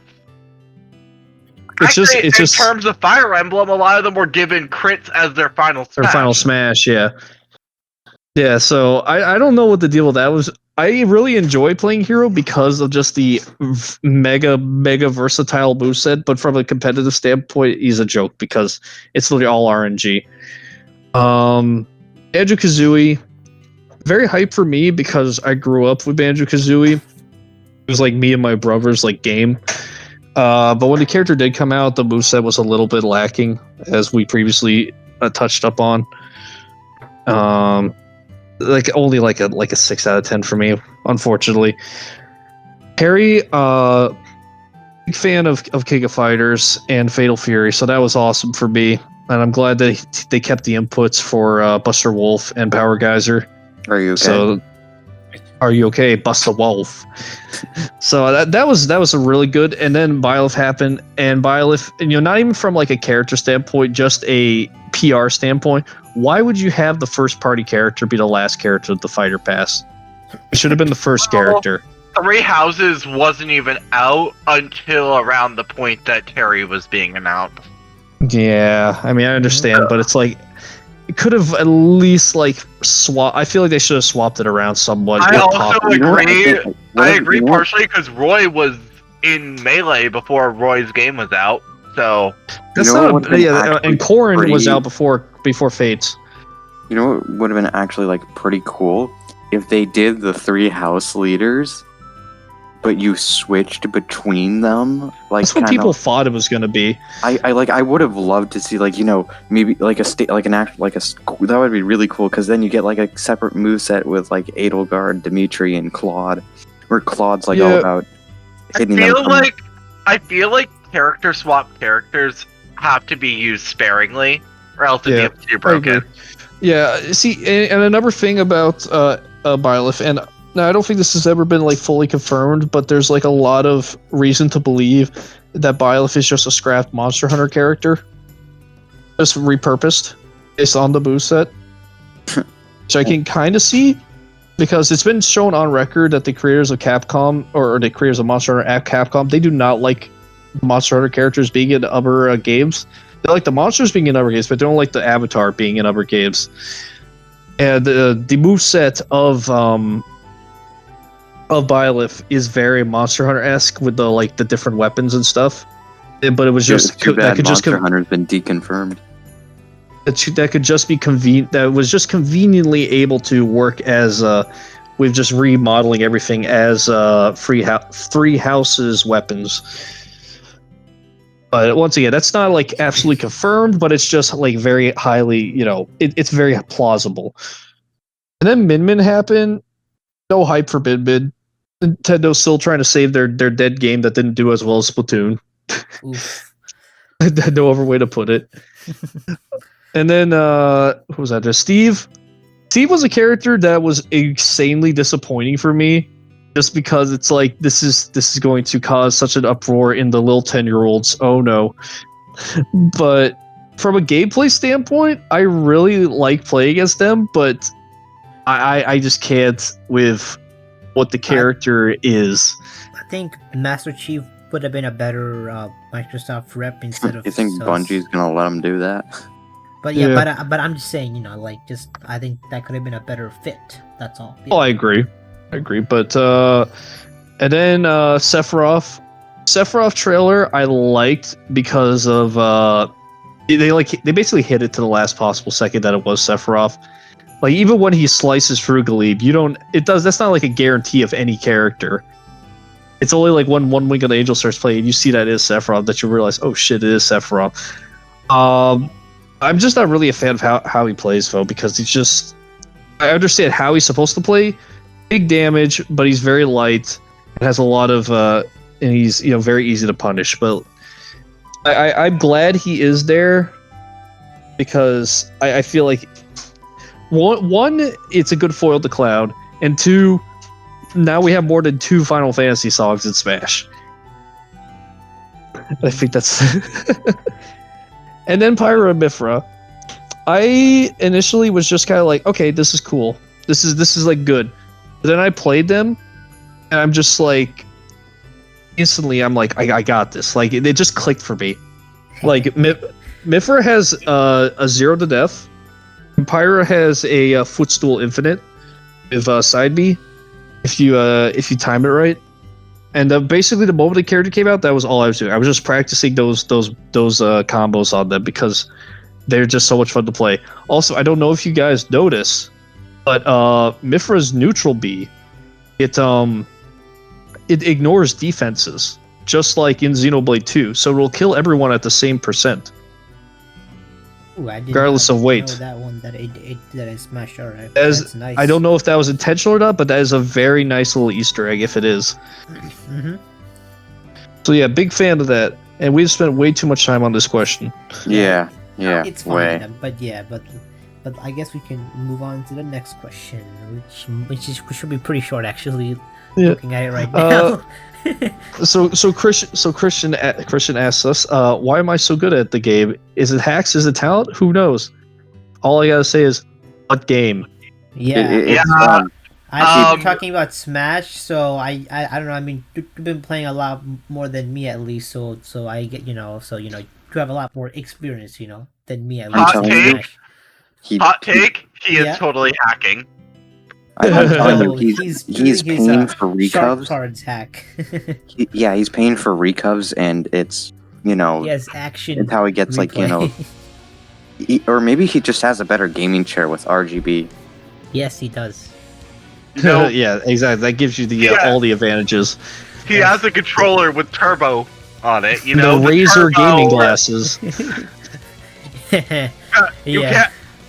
You can't be a gamer without your amber tinted glasses. That's Actually, just absolutely what he does. Do you guys remember Nvidia's April Fool back in 2016 or 2017?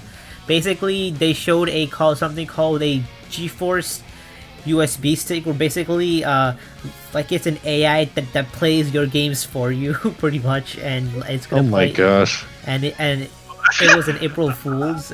Oh, okay, that's funny. Do you guys remember that or no? I don't know if you guys. I don't remember that, but that sounds hilarious. Yeah. It sounds like a good April Fool's joke, but yeah, I don't remember it. Yeah. So that's what Christian is doing right now. So he plugs in a USB into his Switch and basically it plays for him. So he's choosing a bot. But yeah. He programmed the perfect Smash AI on an Arduino. Yeah. I joke about like gaming glasses, but realistically, as someone who works with computers, having blue light glasses are actually like very, very convenient. So don't actually diss them; they're actually very useful. I see what but anyways, going on to the next question from Levi-san. What do you all think of Attack on Titan right now? I have no idea what that is. I don't know. I Literally never watched it. I've It was- never seen an episode. Anyway, it was really popular in high. It was really popular when I was in high school. Like every like teenage girl was like into it, and that was my cue to not be into it. Essentially, Oof. Okay. Yeah. let's So- just move so I on to the saw next question. yeah. Oh, okay. From question number 5 from Boosh. Did you guys know Isabelle from Animal Crossing grew up homeless? No, I did not. Excuse me. What? Oh yeah, it's like it's more of something like that you like can get from New Leaf, but it's really weird and it's weird with Digsby and Isabelle if you talk to them certain times. Uh-huh. I'm aware of this, but I don't know too much. But I do play a lot of Animal Crossing, so I do know a bit about this. Yeah. I don't know anything on this one. Yeah. Number 6, I guess. Yeah. Well, we kind of already touched on this one, but who is the most fun to play as in Xenoblade 1? I guess we could go from like an objective standpoint. Yes. From the worst to best, Charla, Ricky, Ryan, Shulk, Seven, Melia, Dunban. For me, Yeah. Dunban, it will always be the best. For me, I'm just I gonna- like playing a Shulk only. I'm gonna be honest. I'm just gonna put this out. F tier, Charlotte. Everybody else, S through C tier. Okay. What about S1, S2, S3, S4, S5, S6, S7, S8, S9, and S plus? Yes. I mean, I'll probably better like grind those That's up. the Xenoblade 2 player. Dunban and Ricky, those are my favorites. Yeah, I was just picking a Xenoblade 2 meme, like about how freaking tedious it is to get to S plus tier. Yeah. Yeah. Anyways, yeah. Why was S plus a thing? I think That's S plus the should Xenoblade- have just been like after S, like just after S, like in general, like not S1. It should have been S1 pretty much, and nothing after. But now we're going on a tangent, so let's not talk about that. Right Next isn't necessarily is more of a question for you, Falto. But Yes. would you replay Xenoblade 1 without casual? And the answer is yes. Thing is that when I played Xenoblade 1, I played it on normal at first, but then like halfway through, like I got so into the story that I did the easy mode so I could get to the story faster because I wanted to know what happens next, and yeah. So and now that I don't know, that I already know what happens in the story, I can play the game normal, the way it was intended, and have fun. Though I don't know if I'm going to do it anytime soon because I do have a backlog of games right now, so I don't know. Yeah, so next time I play, Understandable. sure, but I don't know when exactly. All right. And next question is from David. What are your thoughts on shirtless Shulk? No comment. I mean, as a gay guy, totally into it, but I'm like, it's just a nice thing to have. I don't know. I just have one thing on that. How does a nerd have a six-pack while I That don't? I will and agree I'm not a with. nerd? I'm telling you, he's doing it for Fiora. They both speak for each other. I will agree with that. It's just the whole time they emphasize Shulk is a nerd that's constantly in his lab. Ryan Yeah. constantly has to defend him. Ryan Yeah. even compares him being like a small animal being bullied by larger animals. Oof. Like, and it's like, oh, but he has a six pack. I mean, okay. All right, yeah, okay, but to be fair, he might, because he is skinny, and being skinny does, make you, like, it shows your abs, because, because you just have less fat, but... Well, then but you'll see your just be rib skinny. cage. Actually, yeah, true. That is true. I feel like that is like a anime moment versus like a 15-year-old in IRL and 15-year-old in like anime, and then you have a freaking body builder. Yeah. Yeah. Jotaro Kujo from JoJo's Bizarre Adventure moment. Yeah. Now this last Please question. Shulk is 18. Well, he's 18, I believe. But my Yeah. one opinion, I have one thing to say about it. If you see someone online who won't shut up about "I'm really feeling it" and shirtless Shulk, they've never played a Xenoblade game and they only think it's funny because LOL Smash. Yeah. Oof. I mean, if you play the game, then you'll know. Now it's Ryan time. Now that's the actual funny. Yeah, one. Yeah. now it's Rhine time. Like pretty much, there's Hey, this did you one know good that it's Rhine time now? There's this good video always about there's this good video where it's like Shulk in Smash versus Shulk in his game. It pretty much just sums up how completely like different the two characters are essentially. True. All right, and then we have our spoiler question. Yeah, so if you don't want to be spoiled, you can just leave the video because the video's pretty much over. So, but yeah, and so we just have this one last spoiler question. So, yeah. All right, you have been warned, and our last question from Mimsy is, how did you feel about the Mumcar reveal in Xenoblade? I felt that, okay, I was surprised that he was alive. I thought that, like, he was just done for. I'm like, okay, well, this guy's just, like, a freaking idiot, and he's dead, and okay, I guess, oh well. I don't feel bad for him, because I knew that his face was that face of, like, someone who's a dumbass. I don't know what else to say, like, he just has that look on his face. Honestly, all the reveals of the people inside the face Mechon were actually... They were all kind of surprising to me. I feel like Mumcar was the only reveal that was handled poorly. I agree. So here's the problem: is there are way too many hints that Mumcar is inside Metal Face throughout the entire story. The first hint is the fact that he attacks with claws. The second hint is as soon as you hear his voice, you'll realize it's the same voice actor. He should have stayed quiet until they did the reveal. And then there is the third one is his obsession with Dunban. Fourth one is him constantly taunting Dunban, like asking if he recognizes him. Fiora, get out of there!